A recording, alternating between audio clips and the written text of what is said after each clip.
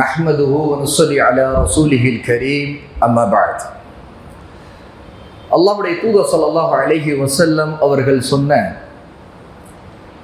ஒரு முக்கியமான நபிமொழியை நான் இங்கே நினைவூட்டி என்னுடைய பேச்சை நான் ஆரம்பிக்கிறேன். மஸ்ஜிதுக்கு வந்த 3 நபர்களை பற்றிய நபிமொழி அது. இமாம் புகாரி ரஹ்மஹுல்லாஹி தஆலா பதிவு செய்திருக்கிறார்கள். 3 நபர்கள். ஒருவர் மஸ்ஜிதுக்கு மஜ்லிஸ்க்கு நெருக்கமாக வந்து முன்னே உட்கார்ந்து விட்டார். இரண்டாவது நபர், அவர் வந்தவர் வெட்கப்பட்டு ஓரமாக ஒதுங்கி உட்கார்ந்து விட்டார். மூன்றாவது நபர், வந்தவர் அந்த மஜ்லிஸை புறக்கணித்து விட்டு அவர் திரும்பி போய்விட்டார். இந்த 3 நபர்களை பற்றி ரசூலுல்லாஹி ஸல்லல்லாஹு அலைஹி வஸல்லம் சொல்லுகிறார்கள்.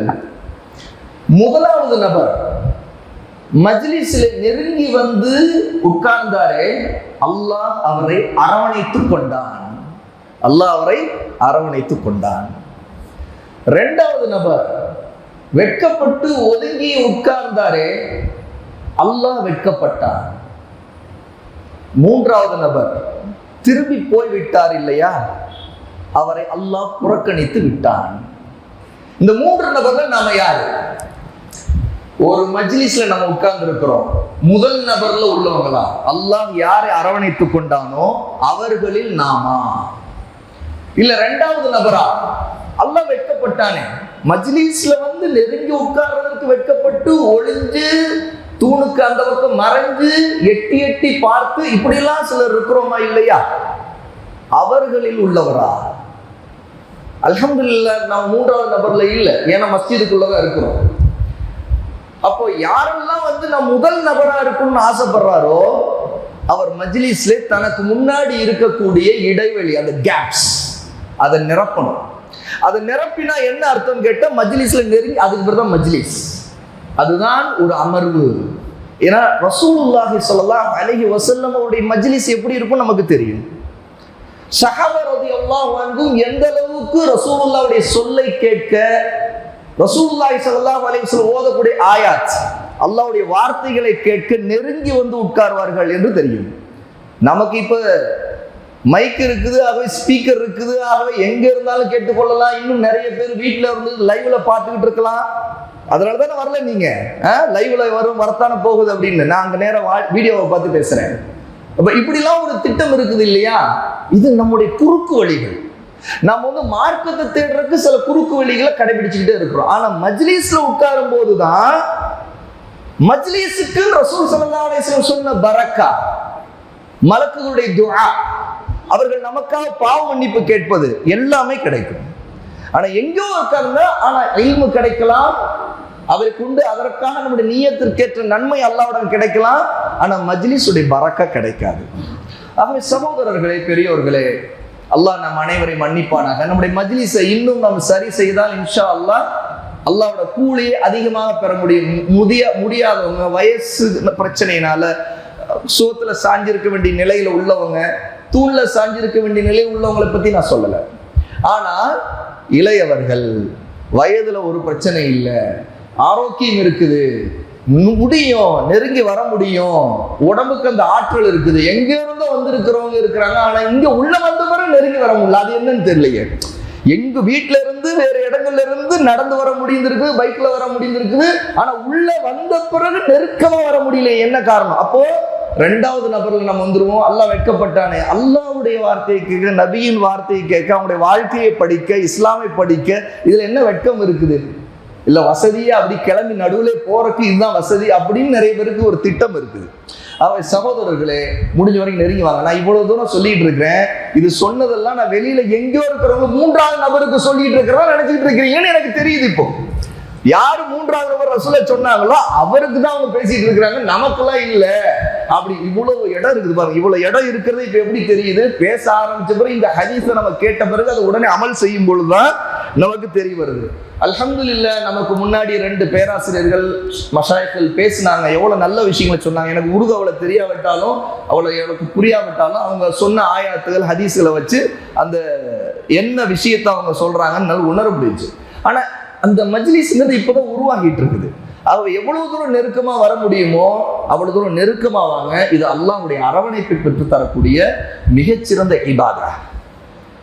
அடுத்து நம்முடைய முதல் விஷயம், அல்லாஹ் சுப்ஹானஹு வ தஆலாவுக்காகத்தான், அவருடைய திருப்தியை நாடித்தான் அவருடைய வீட்டிலே நாம் சேர்ந்திருக்கிறோம். இந்த வீடு அல்லாஹ்வுடைய வீடு, அவரை வணங்கக்கூடிய இடம், பூமியிலேயே அவனுக்கு மிக பிடித்தமான இடம். உண்மையிலேயே அல்லாஹ்வுடைய வீட்டில் அவனுடைய மார்க்கத்தை படிப்பதற்கு, அவனை பற்றி நினைப்பதற்கு நமக்கு ஒரு வாழ்க்கையை, ஒரு நேரத்தை கொடுத்திருக்கிறான் இல்லையா? அதற்கு நாம் நன்றி செலுத்தித்தான் ஆக வேண்டும். இரண்டாவது, இது ஒரு இபாதா. இந்த இபாதத் எல்லா இபாதத்துகளுக்கும் இருப்பதை போல இதனுடைய முதல் அடிப்படை, முதல் ஷர்த், கண்டிஷன், நிபந்தனை அல் இஹ்லாஸ். அல்லாஹ் சுப்ஹானஹு வ தஆலா சொல்றான், அலா லில்லாஹி தீனுல் காலிஸ். நன்கு தெரிந்து கொள்ளுங்கள், நிச்சயமாக எல்லா இபாதத்துகளும் எல்லா வணக்கங்களும் அல்லாஹ்வுக்கும் ஆக மட்டும்தான், அவருடைய திருப்தியை நாடி மட்டும்தான் செய்யப்பட வேண்டும். ஆக இந்த இபாதத்தும் அல்லாஹ்வுடைய திருப்தியை நாடி அவருடைய மார்க்கத்தை நாம் கற்றுக்கொள்வதற்கு, புரிந்து கொள்வதற்காக இங்கே வந்திருக்கிறோம் என்பதை நம்முடைய நினைவிலே நாம் வைத்துக் கொள்ள வேண்டும். அடுத்து மிக முக்கியமான விஷயம், இன்றைய தலைப்பு, இப்போதைய தலைப்பு, போதை பழக்கத்திற்கு ஆளாகக்கூடிய இளைஞர்கள், அவர்களை எப்படி நாம் நேர்வழியிலே அல்லாஹ்வின் மார்க்கத்தின் பக்கம், சொர்க்கத்தின் பக்கம், நல்ல ஈமானின் பக்கம் அவர்களை கொண்டு வருவது. சகோதரர்களே, பெரியோர்களே, நம்ம எல்லோருக்கும் தெரிந்த ஒரு விஷயம்தான், குல்லு முஸ்கிரின் ஹராம். போதை ஊட்டக்கூடிய எல்லாமே ஹராம், தடை செய்யப்பட்டவை. இந்த உலகத்துல முஸ்லிம் அல்லாதவர் கூட தான் மது குடித்தாலோ அல்லது ஏதாவது ஒரு போதை பழக்கத்திற்கு ஒரு அடிமை ஆயிட்டாலோ அவருக்கு கூட தெரிகிறது இது தனக்கு தீங்கு, இது தனக்கு முழுக்க கேடு, இது தன்னுடைய உடம்பை, தன்னுடைய ஆரோக்கியத்தை, தன்னுடைய நேரத்தை, தன்னுடைய குடும்பத்தை, தன்னுடைய வருமானத்தை, ஒட்டுமொத்தமா தன்னுடைய உலக வாழ்க்கை நாசப்படுத்துகிறது என்று அவருக்கு தெரியும். ஆகவே இது செய்யக்கூடாது என்பது தெரியாதவரை இந்த உலகத்தில் யாராவது இருக்கிறாரா? வேணுமா தெரியாமல் ஒருத்தர் முதல் தடவையாக போதைக்கு அடிமையானால், போதையை எடுத்து அது எதையோ அந்த மருந்தை சாப்பிட்டு அதன் காரணமாக அவர் அதில் ஒரு சுகத்தை, ஒரு இன்பத்தை அனுபவித்து அதற்கு பிறகு மற்றவர் மூலமாக இது உனக்கு கெடுதி, இது நல்லதில்லை என்று சொல்லும் பொழுது பிறகு அவர் தெரிந்து கொள்ளலாம். ஆனால் பொதுவாக ஃபித்ரா, நம்முடைய உடம்புக்குள்ள இருக்கக்கூடிய உணர்வுகள், அதுல நாம் நம்முடைய அறிவில் அல்லாஹ் நமக்கு கொடுத்திருக்கிற இயற்கையான புரிதல், அது நமக்கு என்ன சொல்லுகிறது? நமக்கு கேடான ஒவ்வொன்றும் நமக்கு கூடாது, அது நமக்கு தடுக்கப்பட்டது. அது ஒரு முஸ்லிம் அல்லாதவர் கூட இன்னைக்கு எந்த ஒரு முஸ்லிம் அல்லாத ஒரு மருத்துவராக இருந்தாலும், மருத்துவ அறிவே இல்லாதவராக இருந்தாலும் கூட, ஓ இது போதை வஸ்து, இது நல்லதல்ல என்று தெரிஞ்சிருக்கிறார். இன்னும் சொல்ல போனா அந்த போதை மருந்துகள் அல்லது அது அந்த நோய், அந்த ஒவ்வொரு, அது மதுவா இருந்தாலும் அந்த எந்த விதமான பொருளா இருந்தாலும் அதிலேயே விளம்பரம் செய்யப்படுகிறது, அது பெரிதாகவோ சிறிதாகவோ இது முழுக்க கேடு. இன்னும் சொல்ல போனா ஒரு பாக்கா இருந்தாலும் அந்த சுப்பாரி இது உடலுக்கு இன்ஜூரிஸ் டு ஹெல்த், உடலுக்கு நலனுக்கு கேடு என்று சொல்லப்படுகிறது. அது ஒரு சிகரெட்டா இருந்தாலும், ஒரு பீடியா இருந்தாலும், எதுவா இருந்தாலும் அது முழுக்க கேடு என்று சொல்லப்படுது. அதற்கு பிரச்சாரம் நடக்கிறது. இந்த இடத்துல இஸ்லாமிய பார்வைக்கும் மற்றவருடைய பார்வைக்கும் ஒரு முக்கியமான வித்தியாசம் இருக்கிறது. எல்லாரும் ஏற்றுக்கொள்ளக்கூடிய ஒரு உண்மை, போதை ஹராம். இந்த ஹராம்ங்கிற வார்த்தை தெரியாத ஒரு முஸ்லிம் அல்லாதவர் கூட இது கேடுதான், இது கூடாதுதான் என்று தெரிந்து வைத்திருக்கிறார். இப்பொழுது இந்த இளைஞர்களாக இருந்தாலும் யாராக இருந்தாலும் அவர்களை நாம் தெரிந்திருக்கிறோம், அவர்களுக்கு அந்த போதைக்கு அவர்கள் அடிமையாயிருக்கிறார்கள். இவர்களை எப்படி வெளியே கொண்டு வருவது? இதை நாம் எங்கிருந்து ஆரம்பிப்பது? ஆரம்பிக்க வேண்டும் என்றால் ரசூலுல்லாஹி ஸல்லல்லாஹு அலைஹி வஸல்லமுடைய காலத்திலிருந்து ஆரம்பிக்க வேண்டும். அந்த காலம் போதையிலிருந்து மக்களை வெளியே எடுப்பதற்கு மிகச்சிறந்த முன்மாதிரியாக நாம் எடுப்பதற்கான காலம். ஏன் தெரியுமா? முதல் விஷயம், போதை பழக்கத்தை, மது குடிப்பதை பெருமையாக நினைத்து கொண்டிருந்த மக்கள் தான் அவர்கள். வாங்க சொல்ல போறீங்களா? ஓகே. போதை பழக்கத்தை, மது குடிப்பதை பெருமையாக நினைக்கக்கூடிய மக்களாக இருந்தார்கள். இன்னும் சொல்ல போனா ரசூலுல்லாஹி ஸல்லல்லாஹு அலைஹி வஸல்லம் தாவா, இஸ்லாமின் பக்கம் அழைக்கின்ற பணி ஆரம்பிக்கப்பட்டு இன்னும் பல வருடங்கள் தொடர்ந்து மக்காவிலே இருக்கும் போதும் சரி, மதீனாவுக்கு வந்த பிறகும் சரி, மது குடிப்பது அனுமதிக்கப்பட்ட ஒரு காலத்தை சஹாபா அடைந்திருந்தார்கள். சஹாபாக்கள் ரசூலுல்லாஹ்வை ஏற்று இஸ்லாமை ஏற்று வாழ்ந்து கொண்டிருக்கும் போது கூட அவர்கள் ஒரு குறிப்பிட்ட காலத்தை இதை கடந்து வந்திருக்கிறார்கள். எது பழைய அவருடைய ஜாஹிலியா காலமா இருந்ததோ, ஜாஹிலியா காலத்தில் இருந்த ஒரு விஷயம் தொழுகைக்கு வந்த பிறகு கூட, தொழுகை கடமையாக்கப்பட்ட பிறகு கூட ஒன்று அனுமதிக்கப்பட்டதாக இருந்தது என்றால் அது மது குடிப்பதுதான். அது ஒரு காலம் அல்லாஹ் வைத்திருந்தான். ஆனால் அதே மக்கள் மதீனாவிலே மதுவை அல்லாஹ் தடை செய்து முழுக்க அதை ஹராம் என்று ஆக்கிய பிறகு அவர்கள் வீட்டிலே வைத்திருந்த பீப்பாய்கள், அந்த பெரிய பெரிய குடங்கள், அதில் வைத்திருந்த மதுவை எல்லாம் கொண்டு வந்து மதீனாவுடைய தெருவில் அந்த பானைகளை உடைத்தார்கள். அதனால் மதீனாவின் தெருவிலே அது ஓடுது, அந்த மது ஓடியது என்று நம் வரலாறுகளை பார்க்கிறோம். இமாம் புகாரி ரஹிமஹுல்லாஹி தஆலா, முஸ்லிம் போன்றவர்கள் பதிவு செய்கிற வரலாறு. இதெல்லாம் நமக்கு தெரியாத வரலாறு. உண்மையிலே அதெல்லாம் பெருமையாகத்தானே பேசுகிறோம். பெருமையாக பேசிக் கொண்டிருக்கிற ஒரு வரலாறு நமக்கு இருக்கிறது. ஆனால் முஸ்லிம்களில் இருக்கிறவர்கள் இந்த போதைக்கு அடிமையாகிறார்கள். ஏன்? இவர்களை எப்படி வெளியே எடுப்பது? இதனுடைய ஆரம்ப பிரச்சனை எங்க? உண்மையிலேயே இதே பிரச்சனையில் இருந்த மக்களை ரசூலுல்லாஹி ஸல்லல்லாஹு அலைஹி வஸல்லம் ஷரீஆ, இந்த தீனுல் இஸ்லாம் மிகச்சிறந்த மக்களாக அவர்களை வெளியே கொண்டு வந்ததே, அது எப்படி கொண்டு வந்தது? இந்த வரலாறில் இருந்துதான் இந்த சீர்திருத்தத்தை நாம் ஆரம்பிக்க முடியும். சீர்திருத்தம் எல்லாம் நாம் ஒரு சட்டத்தை சொல்லுவதை கொண்டு வருவதல்ல. யதார்த்தமாக இது தப்பு என்று சொல்லுவதை கொண்டு சீர்திருத்தம் வருவதில்லை. திருடன் ஒவ்வொருவனுக்கும் திருடுவது தப்பு என்று தெரியத்தானே செய்கிறது. அதனால தான் மறைத்து திருடன் நினைக்கிறான். யாரும் பார்க்காம இருக்கிற இடத்துல திருடன் நினைக்கிறான். திருட போகும்போது கூட சிசிடிவி கேமரா இருக்குதான்னு பாக்குறான். ஆஹா, யாராவது பார்த்துருவாங்க, சிசிடிவி கேமரால தான் பதிவாகுதான்னு பாக்குறான். அவனுக்கு தெரியாமலா இருக்குது திருடுறது தப்பு, அது பெரிய பாவம் என்று. பள்ளிவாசலே செருப்பை திருடன் இருக்குதானே செய்யறான். அப்படி இருந்தும் ஏன் அவன் மாறவில்லை? அவன் இவ்வளவு கண்காணிப்புக்கு இடையில் இருக்கிறான் என்று அவன் தெரிந்தும் அவன் திருடுகிறான், பல ஹராமை செய்கிறான். இது திருடுகிற விஷயத்தில் மட்டுமல்ல. இந்த உதாரணம், எத்தனை பேர் அவருடைய மொபைல்களிலே அவர்கள் என்னென்ன வீடியோக்களை பார்க்கிறார்கள், அவர்கள் இயர்போன்ல என்னென்ன கேட்கிறார்கள். யாரும் பார்க்காத நேரத்தில் மொபைலை பார்ப்பதற்கு என்ன காரணம்? யாரும் பக்கத்தில் இருந்தால் அப்போது அவர்கள் இயர்போனை போட்டுக் கொள்வதற்கு என்ன காரணம்? அவர்களுக்கு தெரிகிறது பார்ப்பது ஹராமானது, ஆக மற்றவர்கள் பார்க்காமல் பார்க்க வேண்டும். கேட்பது ஹராமானது, ஆக மற்றவர்களுக்கு கேட்கக்கூடாது, நமக்கு மட்டும் கேட்க வேண்டும். அப்படி என்றால் கண்ணும் காதும் எல்லாம் உணரக்கூடியது, அது ஹராமானதை தெரிந்தே ஒரு மனிதன் மறைக்க நினைக்கிறான் போது ஏன் அவன் அந்த பாதையிலே போகிறான்? அவன் இப்படி நிறைய உதாரணங்களை நாம் சொல்லலாம். இன்று என்னென்ன சமூக கேடுகள், சீரழிவுகள், ஹராமான விஷயங்கள் சமுதாயத்தில் அறிகிறோமோ, பார்க்கிறோமோ. ஒரு வியாபாரி தன்னுடைய வியாபாரத்தில் தன்னுடைய வாடிக்கையாளர், தன்னுடைய கஸ்டமரை ஏமாற்றுவதற்கு என்னென்ன டெக்னிக்குகளை, என்னென்ன தந்திரங்களை கடைபிடிக்கிறாரோ அத்தனையும் அவர் அத்தனை பேரிடம் கண்ணை மறைத்து அவர் திருட்டுத்தனமா அந்த காரியத்தை செய்கிறாரே. அவருடைய பிரச்சனையை சரி செய்வது எப்படி? ஆகவே நாம் இந்த தலைப்பை வெறும் போதையிலிருந்து, மது குடிப்பவன் அல்லது வேறு பாவங்களை செய்கின்றவன் யாராக இருந்தாலும் சரி, அவனுடைய பிரச்சனையிலிருந்து அவனை வெளியே கொண்டு வருவதற்கான ஒரு அடிப்படையிலிருந்து போவதுதான், ஆரம்பிப்பதுதான் நம்முடைய இஸ்லாமின் தனித்தன்மை, ரசூலுல்லாஹ்வுடைய தாவாவுடைய தனித்தன்மை. இன்று நம்முடைய தாவா பல நேரங்களில் தோல்வி அடையிருக்கும். அதனுடைய பலன் சமூகத்தில் வெளிப்படையாக தெரியாமல் போவதற்கும் உள்ள பிரச்சனை என்ன என்கிற மூல வேர், அதனுடைய ஆணி வேரிலிருந்து தான் நாம் ஆரம்பிக்க வேண்டும். சகோதர சகோதரிகளே, பெரியோர்களே, அல்லாஹ்வின் அடியார்களே, ஒரு அருமையான சம்பவம் இமாம் புகாரி ரஹிமஹுல்லாஹி தஆலா பதிவு செய்திருக்கிற சம்பவம். அன்னை ஆயிஷா ரலியல்லாஹு அன்ஹா உடைய இல்மை, அவங்களுடைய ஆழமான மார்க்க அறிவை நமக்கு சொல்லிக் கொடுக்கிற சம்பவம். இந்த செய்தியை யூசுப் இப்னு மாஹக் அப்படிங்கிற ஒரு தாபிஈ, நபி தோழர்களை சந்தித்த, மார்க்க கல்வி படித்து அன்னை ஆயிஷாவுடைய மார்க்க கல்வி படித்து கொண்ட ஒரு தாபிஈ நமக்கு சொல்லுகிறார். இன்னி ஐந்த ஆயிஷத உம்மில் முஃமினீன் ரலியல்லாஹு அன்ஹா, நான் முஃமின்களின் தாய் ஆயிஷா ரலியல்லாஹு அன்ஹா அவர்களுக்கு முன்னே இருந்தேன். இது ஜாஅஹா இராக்கியும், ஈராக் நாட்டிலிருந்து ஒரு மனிதன் வந்தான். ஃபகால அய்யுல் கஃபனி கைர், ஆயிஷாவிடம் கேட்டான். அந்த மனிதர் கேட்டார், இறந்தவர்களுக்கு அணிவிக்கிறோமே கஃபன், இந்த கஃபனிலே எது சிறந்தது என்று கேட்டார்.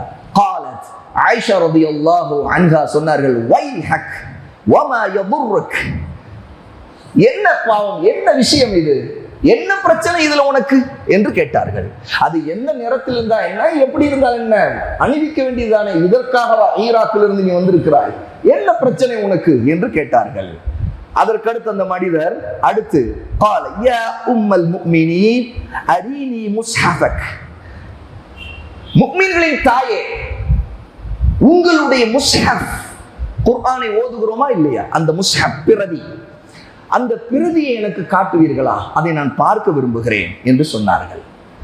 உடனே ஆயிஷா சொன்னார்கள், காலத் லிம, எதற்காக அதை பார்க்கணும்னு நினைக்கிற என்று கேட்டார்கள். கால, அந்த மனிதர் சொன்னார், லஅல்லி வல்லிஃபுல் குர்ஆன அலைஹி ஃபஇன்னஹு யக்ரஉ கைர முஅல்லஃப், குர்ஆனுடைய சூறாக்கள் அது வரிசைப்படுத்தப்பட்டிருக்கிற அந்த முறை இருக்குது, அதை உங்களுடைய முஸ்ஹஃபிலே எப்படி இருக்கிறது என்பதை நான் தெரிந்து கொள்ளுவேன். அது தொகுக்கப்பட்டிருக்கிற முறை, முதல் சூரா எது, அதற்கு அடுத்த சூரா எது, அதற்கு அடுத்த சூரா எது, இப்படி மொத்த குர்ஆனும் வரிசைப்படுத்தப்பட்டிருக்கிற அந்த அமைப்பை, அந்த பட்டியலை நான் உங்களுடைய முஸ்ஹப், உங்களிடம் இருக்கிற குர்ஆனிலிருந்து நான் தெரிந்து கொள்ள விரும்புகிறேன், அதற்காகத்தான் இதை கேட்கிறேன் என்று சொன்னார். பாருங்கள், இந்த செய்தியை கவனமாக கேளுங்கள்.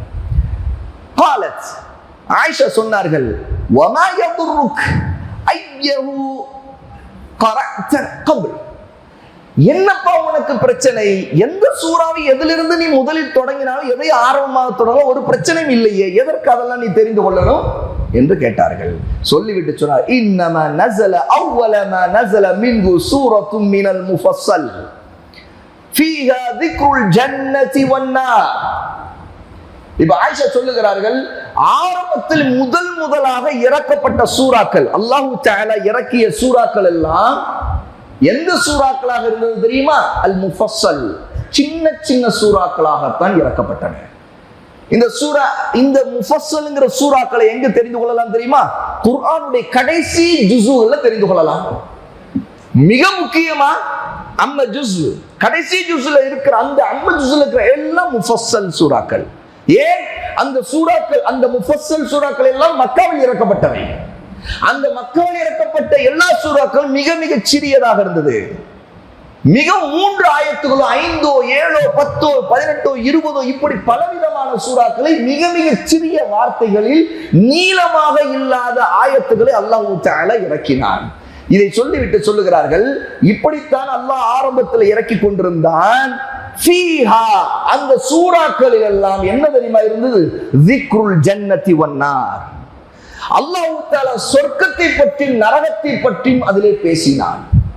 அந்த ஆயத்துக்களை ஓத ஓத அதை அறிய அது புரிந்து கொள்ள சொர்க்கத்தை பற்றி தெரிந்து கொள்ள முடியுது. சொர்க்கத்திற்கு போக வேண்டும், சொர்க்கம் எப்படிப்பட்டது அது வர்ணிக்கப்படுகிறது, நரகம் எப்படிப்பட்டது, அதனுடைய வேதனை எப்படிப்பட்டது, அதுல எந்தெந்த பாவிகள் அதற்கு போவார்கள், அவர்களில் நாம் ஆகிவிடக் கூடாது என்கின்ற நினைவை எல்லாம் அது கொடுத்தது, அந்த தூண்டலை கொடுத்தது, அந்த மனநிலையை அது ஏற்படுத்தியது. இப்படியெல்லாம் அல்லாஹ் இறக்கினான். ஹத்தா இதா தபன் நாசு இலல் இஸ்லாம், இப்படியே அல்லாஹ் இறக்கி கொண்டிருந்தான். மக்கள் இஸ்லாமை நோக்கி வருகின்ற நிலை வந்து, மக்கள் கூட்டமாக அடுத்தடுத்து முஸ்லிம்கள் அதிகரித்திருக்கின்ற அடுத்த கட்ட நிலை வந்த பிறகு, இது எப்போது வருகிறது? மதீனாவுக்கு போன பிறகு வருகிறது.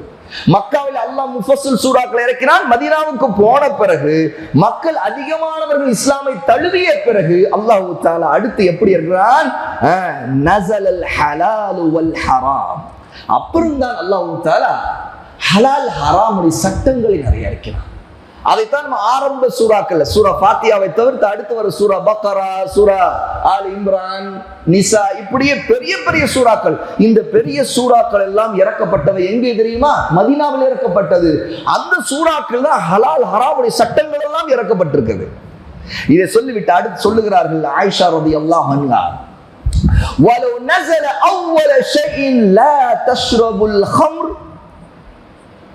ஆயிஷா சொல்லுகிறார்கள், முதலாவது ஆரம்பத்திலேயே நீங்கள் மதுவை குடிக்காதீர்கள் என்று அல்லாஹ் ஆயத்தை இறக்கி இருந்தால் லகாலு லா நதஉல் ஹம்ர அபதா, மக்கள் என்ன சொல்லியிருப்பார்கள்? நாங்க குடியெல்லாம் விட மாட்டோம், நாங்க கம்பரு சாராயம் குடிக்கிறது இதெல்லாம் விட மாட்டோம். ஆரம்பத்தில் இறக்கப்பட்டிருந்தா மக்காவிலே இதை அல்லாஹ் சொல்லியிருந்தான் என்றால் மக்கள் என்ன சொல்லியிருப்பார்கள்? அந்த ஆயத்தை பார்த்து விட்டு எங்களால குடியெல்லாம் விட முடியாதுங்க, நாங்க எப்பவுமே குடிச்சாதாங்க முடியும் அப்படின்னு சொல்லியிருப்பாங்க. ஆனா அல்லாஹ் ஆரம்பத்தில் அந்த சட்டத்தை, ஹராம்ங்கிற சட்டத்தை இறக்கல. முதல்ல சொர்க்கத்தை பற்றி நரகத்தை பற்றி அவருடைய உள்ளங்கள்ல ஆழமான அகீதாவை, தௌஹீதுடைய விஷயத்தை முஃபஸ்ஸல் சூறாக்களை கொண்டு அல்லாஹ் தஆலா ஆழமாக ஊன்றினார். அதனுடைய விளைவு அடுத்த ஹலால் ஹராமுடைய சட்டங்கள் மதீனாவில் இறக்கப்படும் போது அந்த மனம் முழுக்க முழுக்க அல்லாஹ்வுக்கு கட்டுப்படுவதற்கு, அவனுக்கு கீழ்ப்படிவதற்கு தயாராக இருந்தது.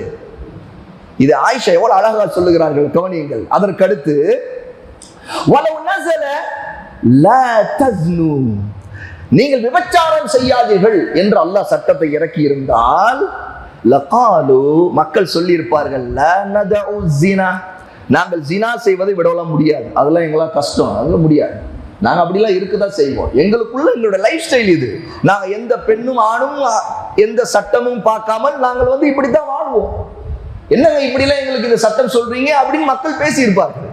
ஏன்னா ஜாகிலியா காலத்தில் இருந்த நிலைமை என்ன தெரியுமா? ஜினா என்பது அவருடைய திருமண முறையாகவே இருந்தது. திருமணத்தை அவர்கள் பல முறைகளில் செய்தார்கள். அதில் ஒரு முறை அவர்கள் ஜினா செய்வதன் மூலமாகத்தான் தான் யாரோடு வாழலாம் என்பதை தேர்ந்தெடுப்பார்கள். திருமண பேச்சுவார்த்தையிலே அவர்களுடைய ஒரு அம்சம் ஜினா செய்து, ஒரு பெண் ஜினா செய்து பல ஆண்களோடு சேர்ந்து பிறகு குழந்தை பிறந்த பிறகு அந்த குழந்தையை பார்த்து விட்டு யார் யாரோடெல்லாம் அந்த பெண் ஜினா செய்தாலும் அத்தனை பேரை கூப்பிட்டு நிறுத்தி வைத்து அவள் அந்த குழந்தையையும் அந்த தான் யாரோட ஜினா செய்தாலோ அந்த ஆண்களையும் பார்ப்பார். இந்த குழந்தை யாரை போல இருக்கிறது என்று சாயலை பார்த்து, சாடையை பார்த்து அவள் முடிவு செய்வாள், நீதான் என்னுடைய கணவன். இப்படித்தான் அவருடைய வாழ்க்கை முறை இருந்தது. அல்லாஹ் தஆலா இது ஆரம்பத்தில் இப்படி ஒரு சட்டத்தை இறக்கவில்லை. ஆயிஷா ரலியல்லாஹு அன்ஹா சொல்லுகிறார்கள், அவர்களுக்கு இப்படி ஜினா செய்யாது என்று சொல்லப்பட்டிருந்தால் அவர்கள் கேட்டிருக்க மாட்டார். என்ன சொல்லுவார்கள்? லா நதஉ ஸினா அபதா, நாங்கள் ஒரு காலம் ஜினாவை விட முடியாது என்று சொல்லுவார்கள். ஆயிஷா சொல்லுகிறார்கள், லகத் நஸல பி மக்கத அலா முஹம்மதின் ஸல்லல்லாஹு அலைஹி வஸல்லம் வ இன்னி லஜாரியத்துன் அல்அப், நான் மக்காவிலே ரசூலுல்லாஹி ஸல்லல்லாஹு அலைஹி வஸல்லம் முஹம்மதிற்கு இந்த ஆயத்து இறங்கும் பொழுது, எந்த ஆயத்து என்று அடுத்து சொல்லுகிறார்கள், இந்த ஆயத்து இறங்கும் போது ஒரு சிறு பிள்ளையாக, ஒரு சிறுமியாக விளையாடி கொண்டிருக்கக்கூடிய ஒரு பெண்ணாக இருந்தேன். அப்பொழுது இறக்கப்பட்டது பலி ஸாஅத்து மவ்இதுஹும் வஸ்ஸாஅத்து அத்ஹா வ அமர், மறுமைதான் உங்களுக்கு வாக்களிக்கப்பட்ட நேரம், அந்த நேரத்திலிருந்து யாரும் தப்பிக்க முடியாது. இன்னும் அந்த மறுமையின் நேரம் எப்படிப்பட்டது என்றால் அதுஹா, அது பயங்கரமானது, அது கசப்பானது, அது வந்துவிட்டால் அதனுடைய கசப்பை, பயங்கரத்தை எவனாலும் யாராலும் தாங்கிக் கொள்ளவே முடியாது. இந்த ஆயத்தை மக்காவில் அல்லாஹ் இறக்கும் பொழுது ஆயிஷா சொல்லுகிறார், நான் ஒரு சிறுமி, ஒரு சின்ன பொண்ணு, நான் விளையாடி கொண்டிருந்த நேரத்தில் இந்த ஆயத்து இறங்குச்சு என்று சொல்லிவிட்டு சொல்லுகிறார்கள், வமா நஸலத் சூரத்துல் பக்ரதி வன் நிசாஇ இல்லா வ அன இன்த, நான் இங்கே மதீனாவிலே ரசூலுல்லாஹ்வோடு இருக்கும் பொழுதுதான் சூரத்துல் பக்ரா இறக்கப்பட்டது, நிசா இறக்கப்பட்டது அப்படிங்கிறாங்க. قال فاخرجت له المصحف فأملت عليه أي السور. அதற்கு பிறகு ஆயிஷா ரலியல்லாஹு அன்ஹா தன்னிடம் இருந்த முஸ்ஹஃபை, குர்ஆனுடைய பிரதியை எடுத்து அந்த குர்ஆனுடைய பிரதியிலிருந்து அந்த வந்திருக்கிற ஈராக் ஆள் அவருக்கு சூறாக்களுடைய அமைப்பு எப்படி வரிசைப்படுத்தப்பட்டிருக்கிறது எப்படி என்று அவர்கள் சொல்லிக் கொடுத்தார்கள். இமாம் புகாரி ரஹிமஹுல்லாஹி தஆலா இந்த செய்தியை பதிவு செய்றாங்க. இதுல இருந்து ஒரு மிக முக்கியமான விஷயம், 4993வது ஹதீஸாக இது இமாம் புகாரி பதிவு செய்கிறார்கள். முதல் விஷயம், சமூகத்தில் சீர்திருத்த வேண்டுமா, ரசூலுல்லாஹ்வுடைய தாவா, அல்லாஹ்வுடைய சுன்னா எப்படி இருந்ததோ அப்படித்தான் சீர்திருத்தத்தை ஆரம்பிக்க வேண்டும். அப்படி என்றால் முழுக்க முழுக்க ஜினாவிலும் மது குடிப்பதிலும் மூழ்கி கிடந்த சமுதாயத்தை ரசூலுல்லாஹ் எப்படி அதிலிருந்து வெளியே கொண்டு வந்தார்கள்? விக்ருல் ஜன்னதி வன்னார், அல்லாஹ் தஆலா சொர்க்கத்தை பற்றி நரகத்தை பற்றியும் அவர்களுக்கு சொல்லி அவருடைய உள்ளத்தை ஈமானுடைய அடிப்படை விஷயங்களிலே ஆழமாக அவர்களை தயார்படுத்தினார். எப்பொழுது நமக்கு, நம்முடைய பிள்ளைகளுக்கு, குடும்பத்தாருக்கு, நம்மோடு இருக்கின்ற மக்களுக்கு, சமுதாயத்திற்கு அகீதாவுடைய விஷயத்திலே, தௌஹீதுடைய விஷயத்தை, ஈமானுடைய அடிப்படைகளை, இஸ்லாமுடைய அடிப்படைகளை, அல்லாஹ்வின் மீதான முஹப்பத்தை, அல்லாஹ்வுடைய ருபூபியத்தை, அல்லாஹ்வுடைய உலூஹியத்தை, அல்லாஹ்வுடைய அஸ்மா வ சிஃபாத், அவனுடைய பெயர்களையும் பண்புகளையும் அவனுடைய தன்மைகளையும் அவனுடைய வல்லமைகளையும் நம்ம எடுத்து சொல்லி அல்லாஹ்வுக்கு அஞ்சக்கூடிய அந்த உள்ளத்தை தயார்படுத்துகிறோமோ அப்போதுதான் ஒருவன் எந்த பாவத்தை விட்டு வெளியே வருவான் சகோதரர்களே. இல்லை என்றால் நாம் நம்முடைய பிள்ளைகளை காப்பாற்ற முடியாது, நம்முடைய சமுதாயத்தை காப்பாற்ற முடியாது. இன்று நம்முடைய பிரச்சனை என்ன தெரியுமா? நாம் என்னென்ன விஷயங்களும் பேசுவதற்கு மேடை போடுவோம், எவ்வளவோ பணத்தை, எவ்வளவோ செல்வத்தை நாம் வேறு வேறு எத்தனையோ பிரச்சனைகளுக்கு செலவழிப்போம். ஆனால் மார்க்கத்துடைய அடிப்படை அறிவை, அல்லாஹ்வை பற்றிய அச்சத்தை, அல்லாஹ் யார் என்று சொல்லிக் கொடுக்கக்கூடிய தௌஹீதுடைய ஞானத்தை நம்முடைய சமூகத்திற்கு தருவதில்லை. அப்படி என்றால் அவர்களுக்கு சொர்க்கத்தை பற்றி எப்படி சொல்லப்படும்? அவர்கள் அல்லாஹ்வின் மீது சரியா நம்பிக்கை இல்லை என்றால் அவர்களுக்கு சொர்க்கத்தை பற்றி சொல்லி என்ன பலன்? நரகத்தை பற்றி சொல்லி என்ன பலன்? இங்கே ஆயிஷா ரலியல்லாஹு அன்ஹா வந்தவர், ஈராக்கிலிருந்து வந்திருக்கிறவர் ஒரு கேள்வி கேட்கிறார், கஃபன் எந்த கஃபனாக இருக்க வேண்டும் என்று. இன்று நம்முடைய நிலைமை அதுதான். நம்முடைய பிரச்சனை எல்லாம் அற்பமாக சாதாரணமான விஷயங்களை மிகப்பெரிய விஷயமாக அதை எடுத்துக்கொண்டு நாம் பிடிச்சுக்கிட்டு இருப்போம். உலமா சுன்னா, சுன்னாவுடைய அறிஞர்கள் இதிலிருந்து பல ஃபவாயிதுகளை, பல பலன்களை நமக்கு சொல்லுகிறார்கள். மனிதர்கள் ஷைத்தான் அவர்களை எப்படி வழிகெடுப்பான் என்றால் ஒவ்வொருத்தருக்கும் ஒவ்வொரு விதமாக வழிகெடுப்பான். அதில் ஒன்று, ஷைத்தான் ஒருவன் மார்க்க விஷயங்களை கற்றுக்கொள்ள வேண்டும் என்று ஆர்வப்படுகிறான் என்று வையுங்கள். மார்க்கத்திலே மிக முக்கியமாக எதை கற்றுக்கொள்ள வேண்டுமோ அதை கற்றுக்கொள்ளாம தடுத்துருவான், அதுல டைவர்ட் பண்ணிடுவான், அதுல திசை திருப்பிடுவான். பாருங்கள், ஆயிஷா என்ன சொல்லுகிறார்கள்? இதற்காக அவ்வளவு தூரம் வந்தாய், உனக்கு என்ன பிரச்சனை? ஈராக்கில் இருந்து கஃபன், எந்த கஃபன் எது சிறந்தது தெரிந்து கொள்ள வேண்டும், முக்கியமா எது முக்கியம் அதை சொல்லுகிறார்கள். இன்று நாம் மார்க்கத்துடைய சில கிளையான விஷயங்கள், சின்ன விஷயங்களா இருக்கும், அது நம்முடைய வாழ்க்கையில பெரிய பாதிப்பை ஏற்படுத்தக்கூடிய விஷயம் இல்லை. இன்னும் சொல்ல போனா முஸ்தஹபான விஷயமா இருக்கும். ஆனா அதிலே பிடித்து கொண்டு நாம் மிகப்பெரிய போராட்டம், மிகப்பெரிய கருத்து ஒருவர், மிகப்பெரிய சண்டைகள், வாக்குவாதங்கள் எல்லாம் செய்து கொண்டிருப்போம் நம்முடைய சமுதாயத்தில். ஆனால் அடிப்படையிலே சஹாபாவை ரசூலுல்லாஹ் எந்த அஸ்திவாரத்தில் தயார்படுத்தினா அதை விட்டுடுவோம். இன்னைக்கு அதுல நாம் செய்த பிரச்சனையின் விளைவைத்தான் நாம் சமுதாயத்தில் தொடர்ந்து பார்க்கிறோம், நம்முடைய குடும்பத்திலே பார்க்கிறோம், நம்முடைய மனைவியிடம் பார்ப்போம், நம்முடைய பிள்ளைகளிடம் பார்ப்போம், நம்முடைய சகோதரனிடம் பார்ப்போம், நம்முடைய கம்பெனியில் நம்மிடத்தை வேலை செய்வோரிடம் பார்ப்போம். நினைத்து பாருங்கள், நாம் எந்த அளவுக்கு அல்லாஹ்வுடைய ரசூல் ஸல்லல்லாஹு அலைஹி வஸல்லம் சஹாபாவை எந்த அடிப்படையில் உருவாக்கினா அந்த கல்வியின் மீது உருவாக்குறோமா நம்முடைய பிள்ளைகளை? அல்லாஹ் யார் என்று அவர்களுக்கு சொல்லிக் கொடுத்திருக்குமா? அல்லாஹ் யாருன்னே தெரியல, அவன் எங்கேயாவது யாரும் தெரியாத இடத்துல பாவத்தை செய்வானே. ஆனா அல்லாஹ் எப்படிப்பட்டவன்? அல்லாஹ் அல் பசீர், அவன் நன்கு பார்த்து கொண்டே இருக்கக்கூடியவன் என்று சொன்னால் அல்லாஹ் என்னை எங்கிருந்தாலும் பார்த்து கொண்டிருக்கிறான் என்று அந்த இதயம், அந்த ஈமான் அந்த மனிதனுக்கு இருந்தால் அவருடைய நிலை என்ன? அவன் எங்கு இருந்தாலும் அல்லாஹ் பார்க்கன்னு ஹராமை விட்டு விலகுவான். அந்த எண்ணத்தை, அந்த உறுதியான ஈமானை ஏற்படுத்துவதுதான் ரசூலுல்லாஹ்வுடைய தாவாவுடைய அடிப்படை, அதனுடைய மன்ஹஜ், அதனுடைய வழிமுறையாக இருந்தது. அதற்கு பிறகு ரசூலுல்லாஹ் சமுதாயத்தை உருவாக்க ஹலால் ஹராமுடைய சட்டங்களை எல்லாம் சொல்லிக் கொடுக்கிறார்கள். அந்த சட்டங்களில் ஒரு விஷயம்தான் போதையிலிருந்து இந்த சமுதாயத்தை எடுத்த முறை. அதை அல்லாஹ் கடைபிடித்த அந்த சுன்னாவை கவனியுங்கள். எடுத்தவனையே ஆரம்பத்திலேயே போதை, மது குடிப்பது ஹராம் என்று அல்லாஹ் ஆயத் இறக்கவில்லை. முதல் ஆயத், இது சம்பந்தமாக இறக்கப்படுகிற முதல் ஆயத் எப்படி, எந்த நேரத்தில் இறக்கப்படுகிறது? அலி ரலியல்லாஹு அன்ஹு ஒரு மக்ரிபு தொழுகைக்கு இமாமத் செய்கிறார்கள். அபூ தாவூதிலே வரக்கூடிய ஒரு செய்தி. அவர்கள் இமாமத் செய்யும் பொழுது சூரா அல் காஃபிரூன், யா அய்யுஹல் காஃபிரூன், குல் யா அய்யுஹல் காஃபிரூனை ஓதுகிறார்கள். ஓதும் பொழுது அவர்கள் தவறாக ஓதுகிறார்கள். அதில் தவறு அவர்களுக்கு ஏற்படுகிறது. இதற்கு காரணம் என்ன தெரியுமா? அதற்கு முன்பு அவர்கள் குடித்திருந்தார்கள், மதுவை குடித்திருந்தார்கள். அலி ரலியல்லாஹு அன்ஹு இந்த செய்தியை சொல்லுகிறார்கள். அப்பொழுது தவறு ஏற்படுகிறது. ஃபஹலத ஃபீஹா, அவர்கள் சொல்கிறார், அவர்களுக்கு அந்த ஆயத்தை ஓதும்போது தவறு ஏற்பட்டது. அதற்கு பிறகு ஃபனஸலத், அப்போதான் அல்லாஹ் இறக்குறான், யா அய்யுஹல்லதீன ஆமனூ லா தக்ரபுஸ் ஸலாத வ அன்தும் சுகாரா ஹத்தா தஅலமூ மா தகூலூன். சூரா நிசாவுடைய ஆயா, 4வது அத்தியாயம் 43வது ஆயா. அல்லாஹ் தஆலா இறக்குகிறான், அல்லாஹ்வை நம்பிக்கை கொண்ட மக்களே, லா தக்ரபு ஸலா, தொழுகையை நீங்கள் நெருங்காதீர்கள். எப்பொழுது, எந்த நிலையில் இருக்கும் பொழுது? வ அன்தும் சுகாரா, நீங்கள் போதையிலே இருக்கும் பொழுது தொழுகைக்கு நெருங்காதீர்கள்.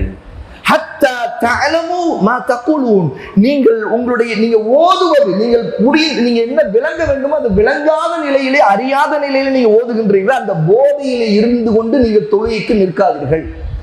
இந்த ஆயத்து அலி ரலியல்லாஹு அன்ஹு தொழுகைக்கு அந்த நேரம் வரைக்கும் இன்னும் தடை செய்யப்படவில்லை. இப்போது கூட ஒரு சட்டம் இறங்கியது. என்ன சட்டம்? நீங்கள் தொழாத நேரத்திலே நீங்கள் குடிக்கலாம், அதாவது அனுமதிக்கப்பட்டிருக்கிறது. அப்போ முதலில் அனுமதிக்கப்பட்ட ஒரு காலம் இருந்தது. அந்த அனுமதிக்கப்பட்ட காலம் எப்படிப்பட்ட காலம்? அவர்கள் குடிக்க கூடாதுங்கிற தடை வந்த பிறகு தொழுகை, 5 வேளை தொழுகை, இது மதீனாவில் நடக்கிறது. 5 வேளை தொழுகை கடமை என்றால் தொழுகைக்காக முன்னாடி ஒருத்தர் குடிப்பதை நிறுத்தணும், போதையில் இருந்திருக்க கூடாது. ஒருத்தர் மக்ரிபி இஷான் தொழணும் அப்படின்னா அவர் அசருக்கு முன்பே அவர் போதைக்கு போயிருக்கூடாது. அவர் குடிச்சிருந்தார் என்றா அவர் அசரும் ஒழுங்கா தொழ முடியாது, அந்த போதை அவருக்கு இருந்து கொண்டே இருக்கும், மக்ரிபும் தொழ முடியாது.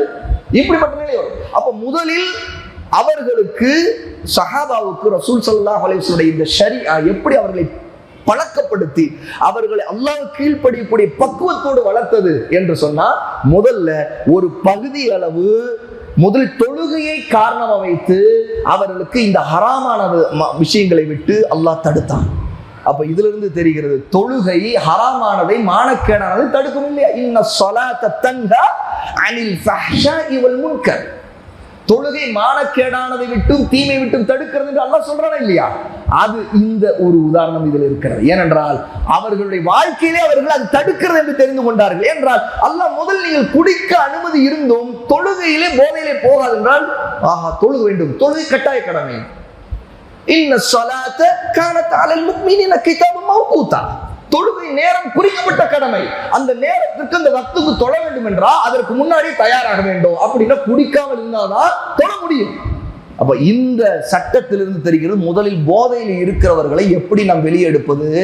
2 விஷயங்களை இப்ப பார்த்திருக்கிறோம் சுருக்கமாக. முதலாவது, அவர்களுக்கு ஈமானுடைய, இஸ்லாமுடைய, அல்லாஹ்வை பற்றிய அறிவர், நபியை பற்றி அறிவ, இஸ்லாமை பற்றி அறிவ, அவர்கள் தெளிவோடு இருக்கிற நேரத்தில் அவர்களை நாம் ஒருங்கிணைத்து அவர்களுக்கு புகட்ட வேண்டும், அவர்களை பக்குவப்படுத்த வேண்டும்.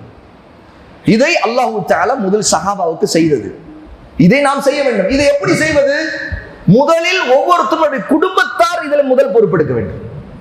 இரண்டாவது, சமுதாயத்தில் இருக்கிற பொறுப்புதாரிகள், உதாரணத்துக்கு மஸ்ஜிதின் பொறுப்புதாரிகள் அல்ல ஜமாத்தாக பல இடங்களில் இயங்கக்கூடிய மக்கள், அவர்கள் அந்த சமுதாயத்தில் நம்முடைய பகுதியில எந்தெந்த இளைஞர்கள் போதைக்கு அடிமையா இருக்கிறார்கள் என்பதை கவனிக்க வேண்டும், பட்டியல் எடுக்க வேண்டும், கணக்கெடுக்க வேண்டும், யார் யாரிடம் இந்த பிரச்சனை இருக்கிறது.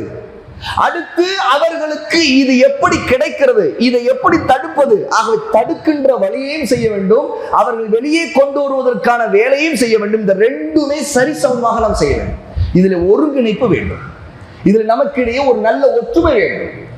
இந்த பாவத்தை தடுப்பதற்கு நம் மக்களுக்கு மத்தியில் யாரெல்லாம் அதிகாரத்தில் இருக்கிறார்களோ, வசதி இருக்கிறதோ, யாருக்கெல்லாம் அதற்கான நேரத்தை அல்லாஹ் கொடுத்திருக்கிறான், யாருக்கெல்லாம் இதை பற்றி கல்வியை கொடுத்திருக்கான், அவரவர் அவருடைய சக்திக்குட்பட்டது செய்ய வேண்டும். உதாரணத்துக்கு ஒருத்தருக்கு கல்வி இருக்கிறது, அவரால் பேச முடியும், அவர் சம்பந்தப்பட்ட மக்களிடம் பேசுவதற்கு முயற்சி செய்ய வேண்டும்.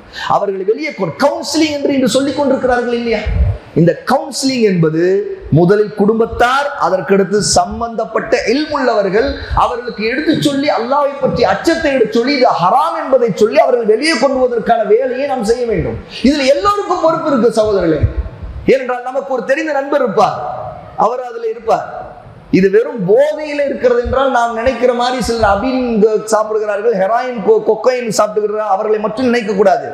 பொதுவாக ஒருத்தர் சிகரெட் குடிச்சிட்டு இருக்கிறார், அது ஒரு போதை தான். அதுவும் அந்த டைம் வந்துட்டா குடிச்சு ஆகணும், அதுக்கு அப்படி அடிமை ஆயிட்டோம் அப்படின்னு ஒரு நிலை இருக்குதா இல்லையா? அது அவருக்கு கேடு, அவருக்கு உயிருக்கு ஆபத்து, அது அவருக்கு கேன்சரை கொடுக்கிறது அவருக்கு தெரியும்.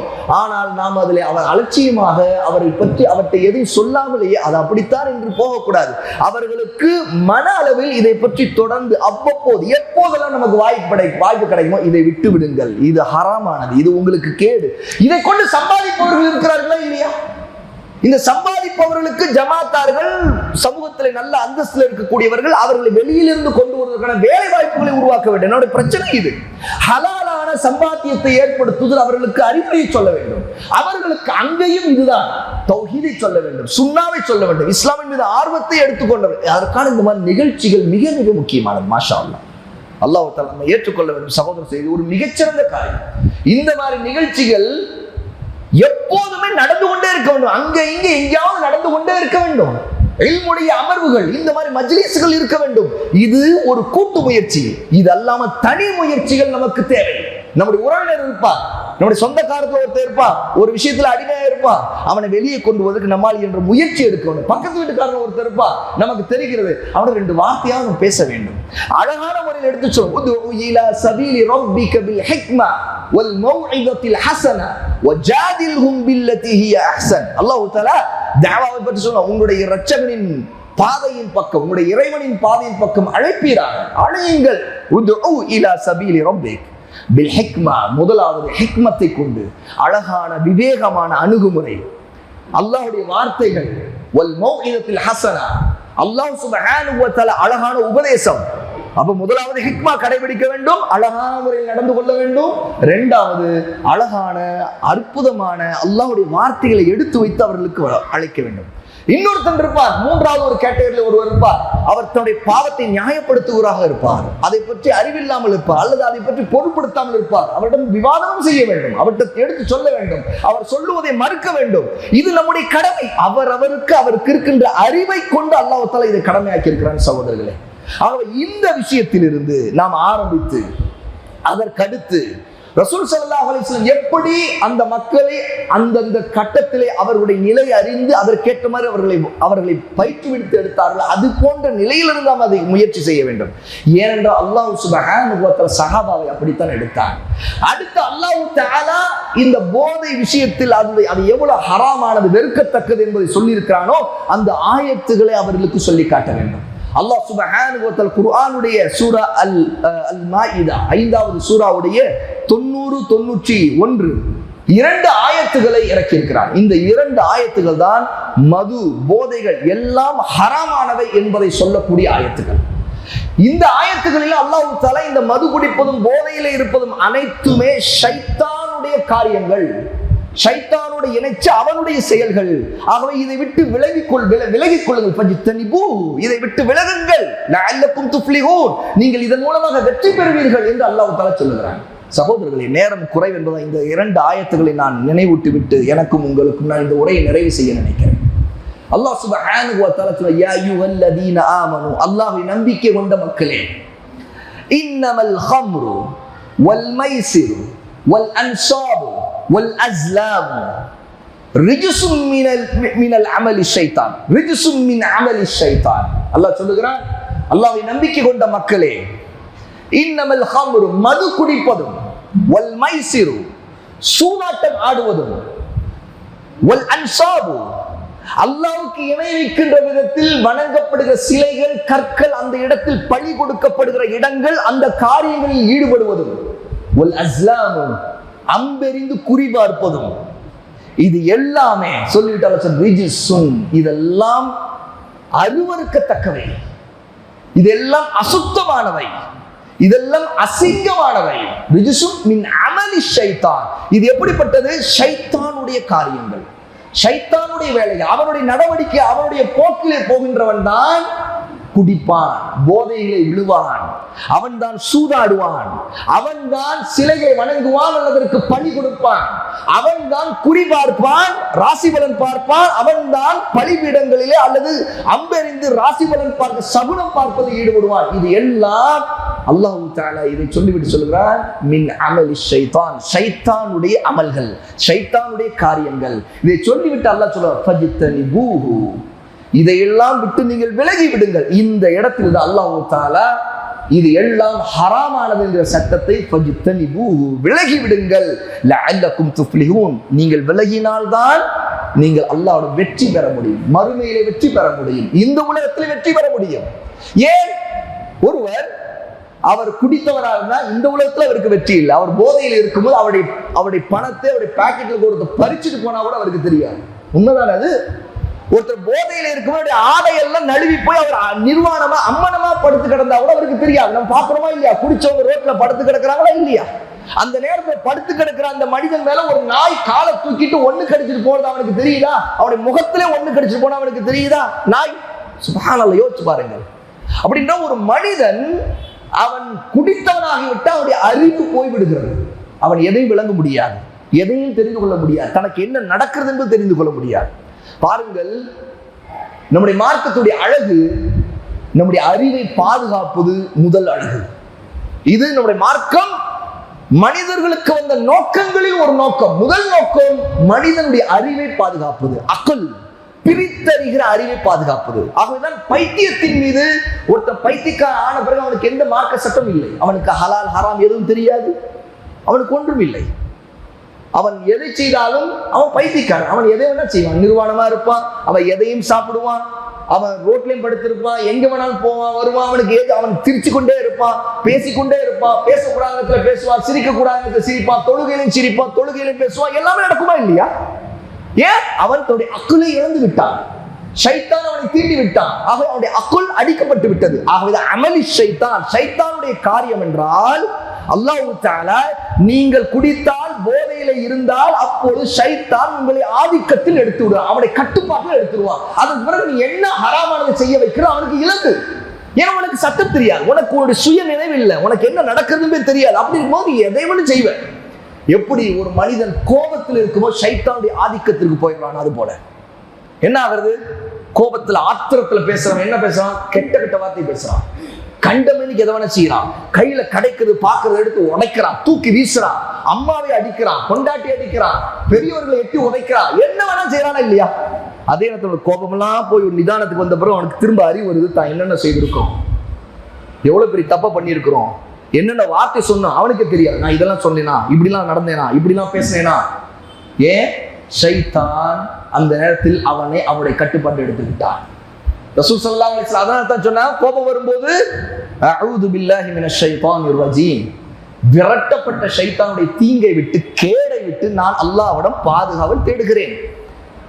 அப்போ ஷைத்தான் ஒருத்த கோபத்துல இல்ல, குடிச்சாலே அவனுடைய நிலைமை அவனை என்ன வேணாலும் செய்ய முடியுங்கிற நிலைமை. அப்ப அவனுடைய அறிவு போய் விட்டது. ரெண்டாவது சூதாடுகிற ஒருத்தன், சூதாடுகிற நோக்கம் இதுதான், ஷைத்தான் அவனை வழிகெடுக்கிறான். ரசூல் ஸல்லல்லாஹு அலைஹி வஸல்லம் இந்த தீன் நமக்கு எந்த அளவுக்கு பாதுகாப்பை கொடுத்திருக்கின்றா, ஒருத்தன் போதையில் இல்லை, நல்ல நல்ல அறிவை நுட்பமா பயன்படுத்தி நல்ல தந்திரமா சிந்திச்சு கூர்மையா ஒரு ஆட்டம் ஆடுறான், செஸ்.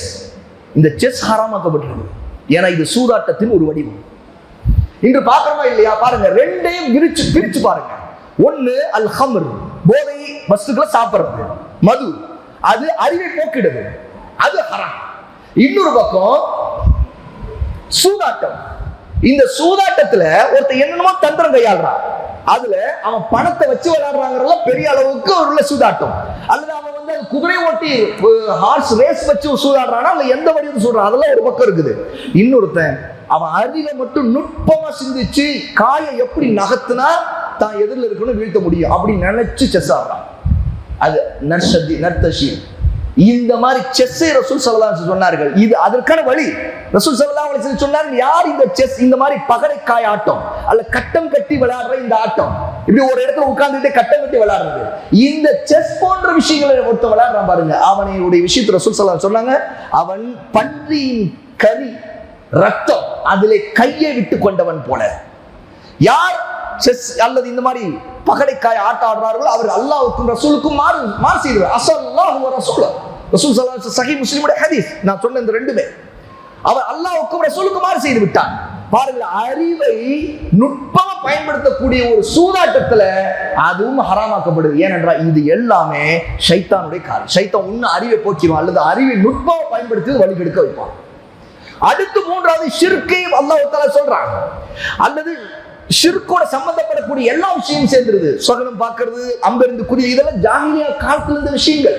இது எல்லாத்தையும் அல்லாஹ் ஒரு வார்த்தையில சொல்றான், ரிஜிஸ், இதெல்லாம் அசுத்தங்கள். ரெண்டாவது மின் அமலி ஷைத்தான், இதெல்லாம் ஷைத்தானுடைய வேலைகள். அப்ப இந்த ரெண்டு காரணம், இதையெல்லாம் விட்டு விலகணும்.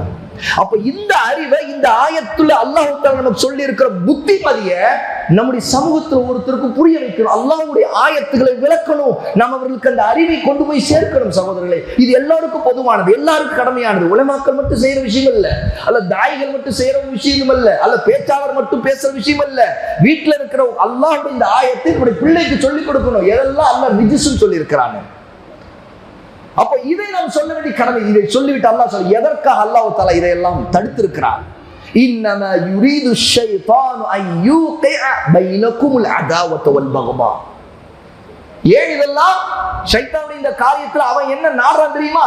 நிச்சயமா ஷைத்தான் இதையெல்லாம் கொண்டு அவனுக்கு விரும்புறது என்னன்னு கேட்டா, அவன் என்ன நினைக்கிறான், ஆசைப்படுறான்னா, அய்யூகிஅ பைனகுமுல் அதாவா, உங்களுக்கு மத்தியில பகை வரணும், ஒருத்தனை எதிர்க்கணும், ஒருத்தர் மேல எதிரியா பார்க்கணும், இந்த எண்ணம் வரணும்.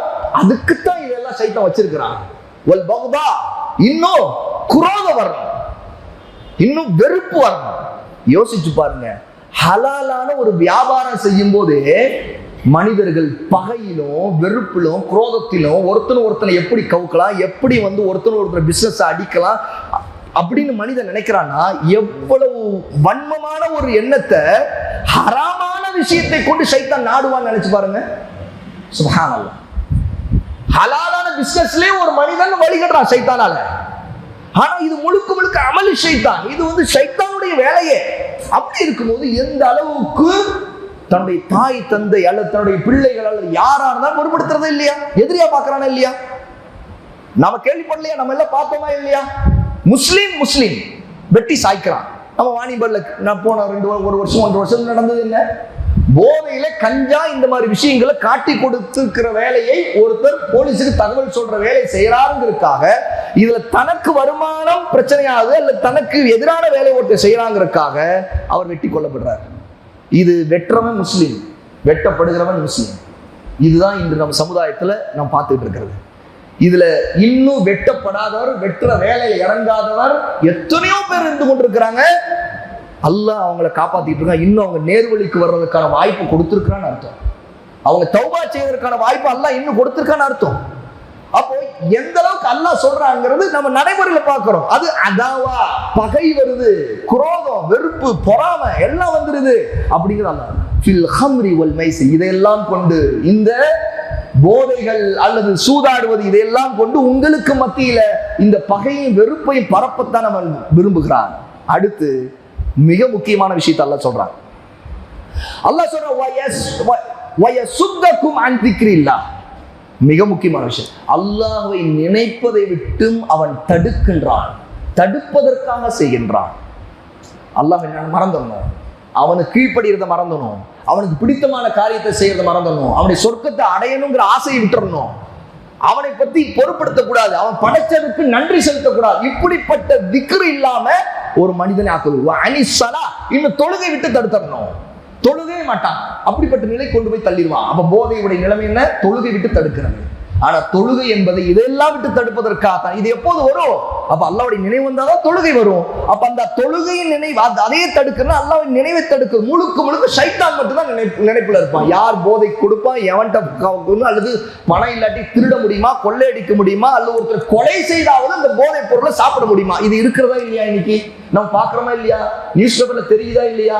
அப்போ ஷைத்தான் இவ்வளவு கொண்டு ஆதமுடைய பிள்ளைகளை நம்மை நாசமாக்குறான், நம்முடைய சமுதாயத்தை, நம்முடைய மக்களை, நம்முடைய குடும்பத்தாரை நாசமாக்குறான்னு தெரியும். அல்லாஹ் கடைசியா சொல்றான்,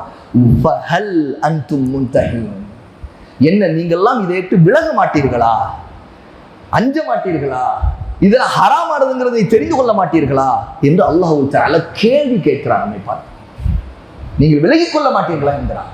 ஆகவே சகோதரர்களை, இந்த 2 ஆயாத்துகளை அல்லாஹ் தஆலா சொல்கின்ற இந்த ஆயாத்துகளிலிருந்து நம்ம படிப்பினை பெறணும். ஆகவே போதை வஸ்துக்கள் அது எதுவா இருந்தாலும் சரி, ஏனென்ற ரசூல் ஸல்லல்லாஹு அலைஹி வஸல்லம் இது ரசூலுல்லாஹ்வுடைய காலத்துல மதுவை மட்டும் தான் குடிச்சு அல்லாஹ் இறக்கி இருக்கான்னு நினைச்ச கூடாது. ஏன்னா அல்லாஹ் சொல்றான் இன்னமல் ஹம்ருன்னு சொல்லும்போது அல் ஹம்ருனா மது. அது எப்படி வருது? அந்த காலத்துல நம்ம அறிஞ்சது இன்று வரைக்கும் மது எப்படி வருது? இது பல ரசத்திலிருந்து திராட்சையை பிழிஞ்சு அதை குறிப்பிட்ட காலம் பதப்படுத்தி அதை கெட்டு போக வச்சு அதை பூமியில புதைச்சு வச்சு இதற்கான வேலைகள் நடந்து அதற்கு பிறகு மது, அதுல போதை ஏறுது. அது திராட்சையிலோ அல்லது பேரிச்சம்பழத்துல, அந்த காலத்துல பார்லியிலோ கோதுமையிலோ ஏதோ ஒரு பொருள் இருந்து இந்த மாதிரி எடுக்கப்பட்டுச்சுன்னு தெரியுது. ஆனா ரசூல் ஸல்லல்லாஹு அலைஹி வஸல்லம் இந்த அல் ஹம்ருங்கிற வார்த்தைக்கு அர்த்தத்தை இன்னும் தெளிவுபடுத்தி மறுமைநாள் வரைக்கும் ஒரு தெளிவை கொடுத்துட்டாங்க. என்ன சொன்னாங்க? குல்லு முஸ்கிரின் ஹம்ருன் சொன்னாங்க. குல்லு முஸ்கிரின், போதை ஏற்படுத்தக்கூடிய எல்லாமே ஹம்ரு தான். அது மது, ஒரு வைன், அல்லது அதுக்கு பேர் என்னென்னவோ, அது பீர், அது என்ன விஸ்கி, எது சொன்னாலும் சரி, அதுவும் ஹம்ரு தான். இதெல்லாம் இல்லைங்க, ஒரு பொடி தான். அந்த பொடியை சாப்பிட்டா ஒரு சுகம் கிடைக்குது, ஒரு போதை ஏறுது அப்படின்னா அதுவும் ஹம்ரு தான். ஏன்னா குல்லு முஸ்கிரின் ஹம்ரு, ரசூல் ஸல்லல்லாஹு அலைஹி வஸல்லம் குல்லு முஸ்கிரின் ஹராம், ஒவ்வொரு போதை தரக்கூடிய அனைத்தும் ஹராம் அப்படிங்கிறாங்க ரசூல் ஸல்லல்லாஹு அலைஹி வஸல்லம். அப்துல்லாஹ் இப்னு உமர் ரலியல்லாஹு அன்ஹு அறிவிக்கிறாங்க. ஆகவே இந்த அறிவை நாம் பரப்பி நம்முடைய சமூகத்திற்கு மத்தியில் இதற்கான முயற்சி எடுக்க வேண்டும் சகோதரர்களே. அல்லாஹ் தஆலா நம்மை மன்னிப்பானாக. இந்த முயற்சி என்பது கல்வி போய் சேருவதற்கான வழி. ஏனென்றால் ஒருத்தன் போதையில் இருந்தால் அவன் எதையுமே அறிய மாட்டான். அவனுக்கு என்ன சொல்லி என்ன பலன்? ஆகவே அவன் எப்பொழுது வெளியே வர வேண்டும் என்கிறதுக்காக முயற்சி எடுத்துக் கொண்டிருக்கக்கூடியவர்களாக நாம் அனைவரும் இருக்க வேண்டும். அல்லாஹ் தஆலா இந்த நேரத்திலே நாம் அனைவரும் அல்லாஹ்வுடைய மார்க்கத்தை படிப்பதற்கு, அதை நினைவு கூறுவதற்கு, நபியுடைய வாழ்க்கையை அறிவதற்கு, அவருடைய தாவாவை அறிவதற்கு நாம் இந்த நேரத்தை அல்லாஹ் நமக்கு கொடுத்ததற்காக நன்றி செலுத்த வேண்டும். நம்மால் முடிந்த வரைக்கும் நற்காரியங்களை ஒருவருக்கு உதவ வேண்டும். அலல் பிர்ரி வத்தக்வா, அல்லாஹ்வுக்கு பயந்து நடக்கக்கூடிய விஷயங்களிலே, நன்மையான விஷயங்களில் ஒருவருக்கு உதவுங்கள் என்று அல்லாஹ் சொல்கிறான். ஆகவே எல்லாருக்கும் உதவக்கூடிய மக்களாக, நன்மையான காரியங்களிலே தீமைகளை தடுப்பதிலே நாம் முன்னின்று நடக்கக்கூடிய மக்களாக அல்லாஹ் தஆலா அனைவரையும் ஆக்குவானாக. அல்லாஹ் தஆலா இந்த நிகழ்ச்சி ஏற்பாடு செய்த நிர்வாகிகள், சகோதரர்கள், ஜமியத்துடைய பொறுப்பாளர்கள், இங்கே வந்திருந்த மஷாயிக்குகள், நம்முடைய உஸ்தாத் எல்லோருக்குமே அல்லாஹ் தஆலா நற்கூலி வழங்க வேண்டும். அல்லாஹ் எனக்கும் உங்களுக்கும் இதில் நாம் கற்றுக்கொண்ட விஷயத்தை கொண்டு நல்ல அறிவை கொடுத்து, நல்ல புத்தியை கொடுத்து, அல்லாஹ் கீழ்ப்படியக்கூடிய நல்ல பண்பை கொடுத்து, நம்மையும் நம்முடைய குடும்பத்தாரையும் அல்லாஹுடைய மார்க்கத்திற்கு, அவருடைய நபியின் சுன்னாவிற்கு கட்டுப்பட்டு நடக்கூடியவர்களாக அல்லாஹ் ஆக்குவானாக. நம்முடைய உள்ளங்களில் இருக்கக்கூடிய கசடுகள், குரோதங்கள், வெறுப்புகள், ஒருத்தருக்கு இருக்கிற பொறாமைகள் அனைத்தையும் அல்லாஹ் தஆலா அழிப்பானாக. அல்லாஹ் தஆலா நம்முடைய காரியங்களிலே எல்லா நேரத்திலும் இஹ்லாஸை கடைபிடிக்கக்கூடிய உண்மையான மக்களாக அல்லாஹ் நம்மை ஆக்குவானாக. அல்லாஹ் தஆலா நம்முடைய வயது முதிர்ந்தவர்களுக்கு நல்ல ஆரோக்கியத்தை, அவருடைய உடலில் நல்ல அவருடைய சுகத்தை கொடுப்பானாக. நம்ம சிறியவர்களுக்கு நல்ல மார்க்கத்தின் மீது ஆர்வத்தை, மார்க்க கல்வியை படிப்பதற்காக மஸ்ஜிதுகளை நோக்கி வரக்கூடிய மக்களாக, அல்லாஹ்வுடைய மார்க்கத்தை கற்றுக்கொள்வதற்காக நல்ல கல்வி உள்ள உலமாக்களை அடைந்து அவர்களிடம் கற்றுக்கொள்ளக்கூடிய மக்களாக, அல்லாஹ்வுடைய வேதத்தை ஆர்வமாக ஓதக்கூடியவர்களாக, சுன்னாவை கற்றுக்கொள்ளக்கூடியவர்களாக அல்லாஹ் நம் அனைவரையும் ஆக்குவானாக. எல்லா நேரத்திலும் எல்லா நிலையிலும் அல்லாஹ்வுக்கு அஞ்சி நடக்கக்கூடியவர்களாக அல்லாஹ் நம்மை ஆக்குவானாக. வ ஆகிரு தஅவானா அல்ஹம்துலில்லாஹி ரப்பில் ஆலமீன்.